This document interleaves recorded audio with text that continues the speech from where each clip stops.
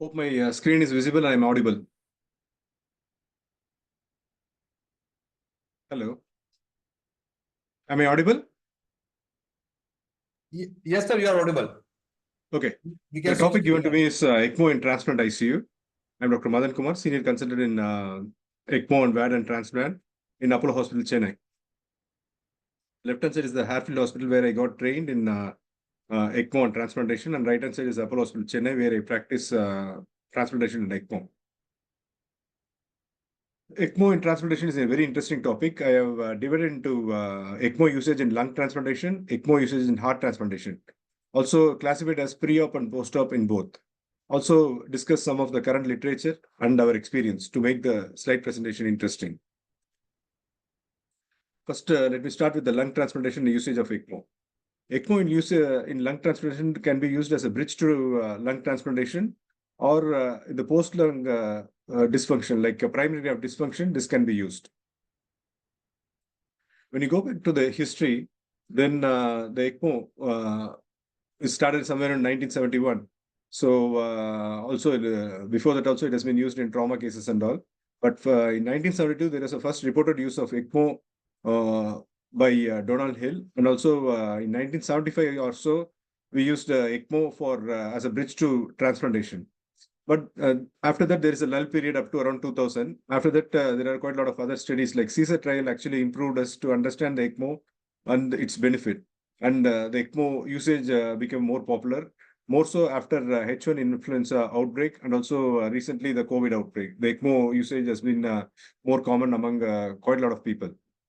Also, there is a more technological improvement in the development of the oxygenators and the centrifugal pumps. So by this, the increasing usage of ECMO, there is an increased usage in, say, as a bridge to lung transplantation, or else when there is a PGD after the transplantation also, it is very useful.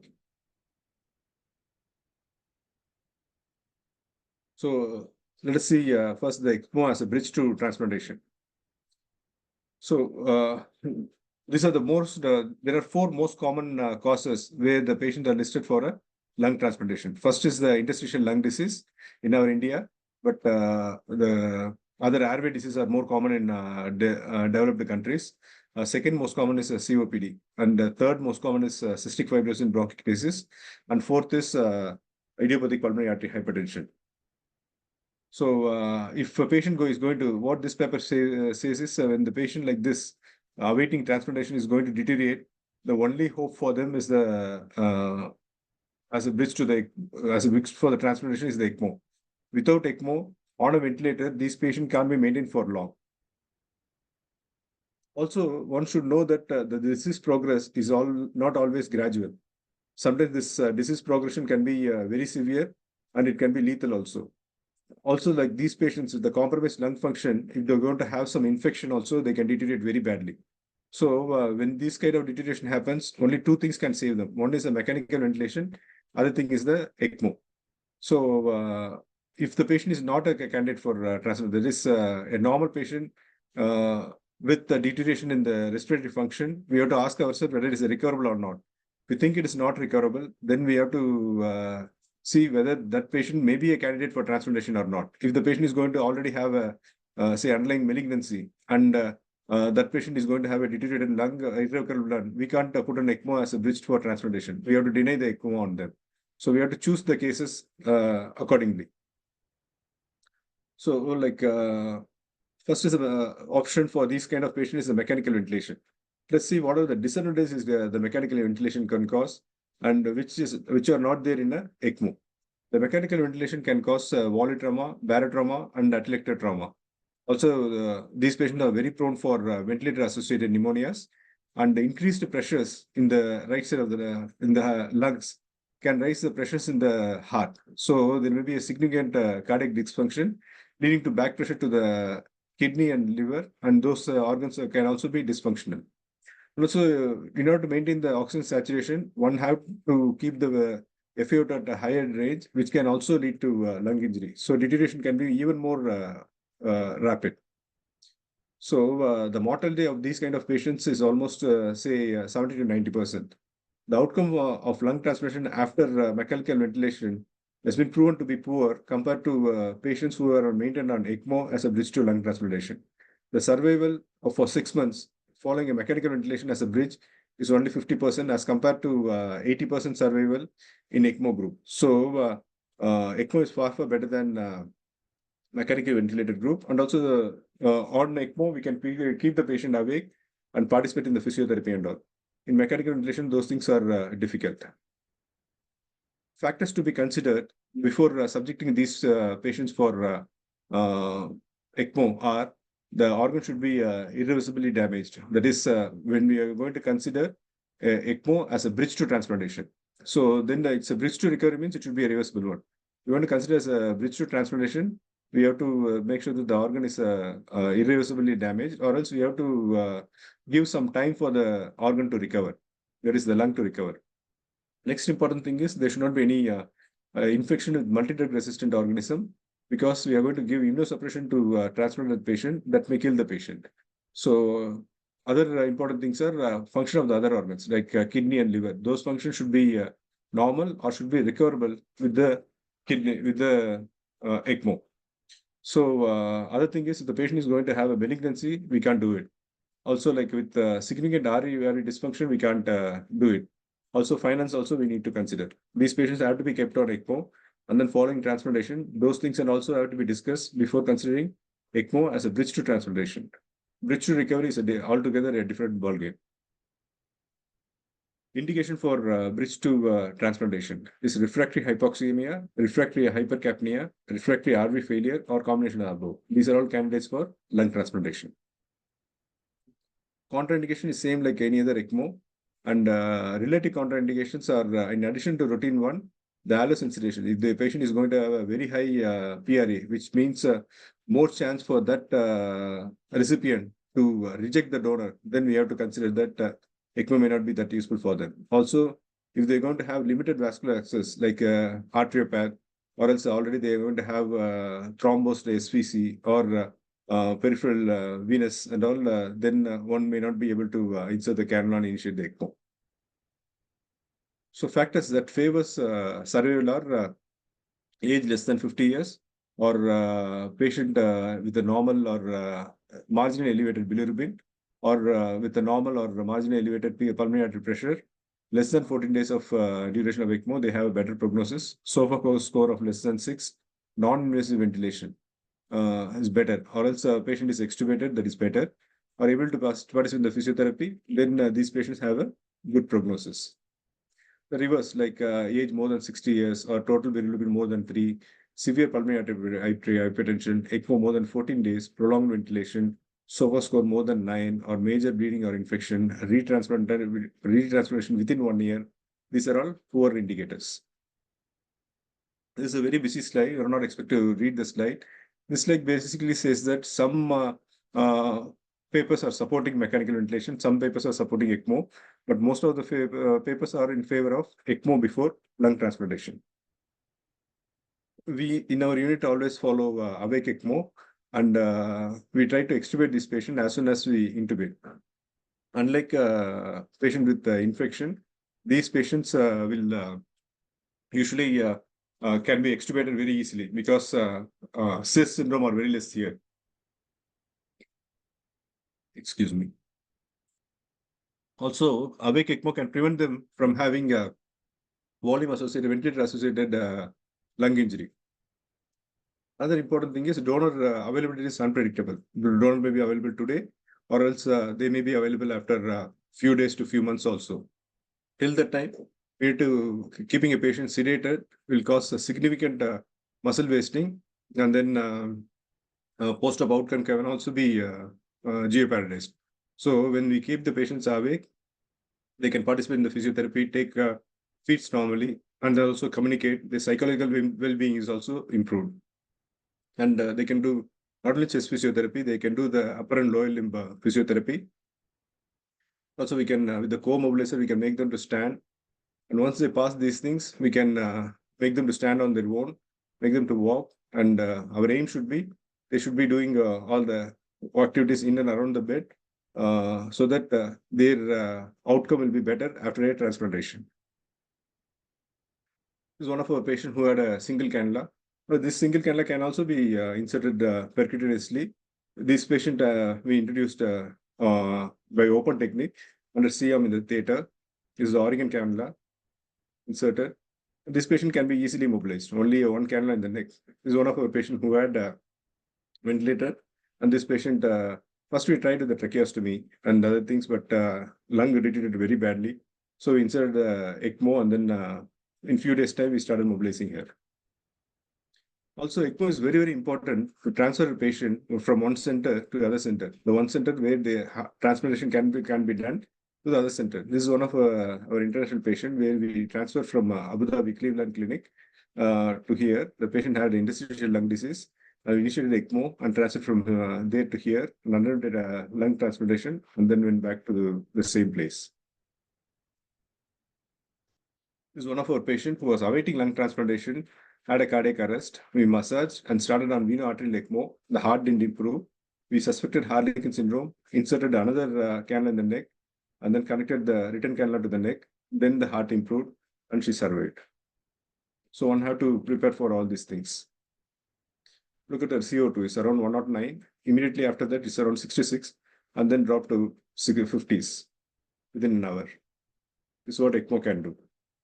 Post-operatively, mainly the indication is the primary gap dysfunction. Can also be needed for sepsis and also to support the heart in idiopathic pulmonary hypertension when there is a significant RV dysfunction. And this is a gradation of PGD. When there is a pulmonary edema on chest X-ray, when 0, the grade is 0. In 1 means this pulmonary edema is present in all grades except grade 0. The PaO2 differs from this to this. Usually grade 3 needs ECMO. ECMO is a very useful tool in treating the post pulmonary lung dysfunction. Only 5% of these patients need a rescue ECMO out of 100%. And 96% of these patients will be venable. And survival is 30-day survival around 82%, and 1 year survival is 64%, which is only around 5% less than patients without ECMO. So it's a very, very useful tool for post-op PGD in these patients. PGD is a primary gap dysfunction. And extended use of extracorporeal membrane after lung transplantation. What this paper says is, even though this patient is having a lot of bleeding issues and other things, the patient with PGD has got a better prognosis than patient for whom ECMO is initiated in the post-operative period with sepsis. So with sepsis, the prognosis is poor. With PGD, the results are very good. Is one of our patient with situs inversus or cartilaginous syndrome. So underwent bilateral lung transplantation. We have to place the right lung on the left side on the right side. So unfortunately, the patient developed, we can see the right-sided heart, and patient had a significant bronchiectasis, and we inserted, we replaced with the heart-lung transplantation, and the patient developed ARDS on day 5. So we initiated the ECMO. On day 12, it improved, so we decannulated. So this is an off ECMO on day 30. You can compare this X-ray to that X-ray. That is what the ECMO can do. The first slide, what I showed is PGD, bilateral lung transplantation. Within the first post-operative, it was like this. Once we initiated the ECMO, within say 18 hours, it cleared. And then we were able to decannulate in say 36 hours. And the patient recovered well. So this is what, without this ECMO, we couldn't be able to save these patients. A short note on COVID. In COVID, before COVID, what we thought is within 2 to 3 months' time, if the lung doesn't improve, the lung will not improve. We have to be subjected for a transplantation. But this COVID, what it taught is if there is no irreversible injury, some of the lung has improved even after 6 months' time also. So before considering lung transplantation on a COVID patient, one have to wait for an irreversible injury to happen in the CT chest. Also, with COVID lung, we only are going to do a lung transplantation. The results are uniformly bad. And let us come to ECMO in ICU, that heart transplantation. So pre-op ECMO initiation depends on intermax scoring and post-op PGD. Also, heart, unlike lung, only the rescue is the ECMO, VV ECMO. But the heart has got other ways to rescue. Like there are a lot of mechanical support apart from ECMO, IABP, LVAD, total artificial heart, or impella, or a lot of other things are there. This IABP to support the heart, impella, all are to support the left heart. Also, there are long-term LVADs where the patient can wear and then walk around and move around and do whatever they want. Short-term VAD, this ECMO. ECMO is indicated if the patient is having a needed heart and lung support. The disadvantage of ECMO are it has an oxygenator, so hemolysis are higher, and unfortunately the VA ECMO doesn't decompress LV sufficiently unless you place a LV or LA vent. So the factors that influence the outcome are intermax scoring. This is the intermax scoring, where first score is a critical cardiogenic shock, almost in the deathbed, and 7 is normal. There are grades where the ECMO is indicated is from say 3, 2, and 1. The ECMO are indicated. And the duration of an ECMO is also very important. Lesser the duration, better the outcome is. Renal liver function is better means outcome is better. Blood product usage is lesser means chance of rejection post-op is lesser. ECPR has got a poor prognosis. High TPG has got a poor prognosis. Also, like one should know that less than only 50% undergoes a heart transplantation. Most of the patient awaiting a heart transplantation may not make it to the heart transplantation. They are very sick and we may lose them during the waiting period. The results are not as good as lung transplantation. Let us share our few cases of experience. Mostly these patients, when they go for heart failure, we maintain on a VA ECMO and then await an organ. Sometimes the patient may crash during the waiting period. At that time, we may need to introduce ECMO in the ICU itself, the aortic cannula and the RA to drain the blood. This is a drainage cannula. This is a return cannula to the aorta. Drainage cannula in the RA, and then await an organ. Always, it is not a good news. Sometimes the fetal ECMO also has happened. This is a post-op CABG patient. Somewhere around 5 years back, he underwent a CABG, now with significant heart failure, with irrecoverable heart disease. So we enlisted him for transplantation. During the awaiting period, he had a cardiac arrest. So we thought we had to initiate the ECMO. The artery was very bad. So while cannulating, it dissected and we couldn't save them. So after this patient, we are doing, if any patient who have the CABG or else any patient awaiting a heart transplant, we are doing a bilateral Doppler study to make sure if anything happens, means the femoral artery is good enough for a femoral arterial cannulation. This is one of our patient, again, post-op CABG, 7 years back for heart transplantation, deteriorated very badly. So we introduced a femoral venous cannula and right axillary graft cannula, and then awaited an organ. Had a renal failure, so CRT was initiated. Luckily, he was AB blood group, got an organ within 3 days' time. We were able to transplant him. This is one of our patient who had a ECMO and decompressed with the impella, awaiting for a the heart transplantation, but we couldn't get an organ at an optimal timing. Then we placed the LVAD and then made him to walk around and move around. In our experience, we of around say 304 thoracic organ transplantation. Bridge to transplantation, we have done around 18. Of that, 12 are weaned off ECMO.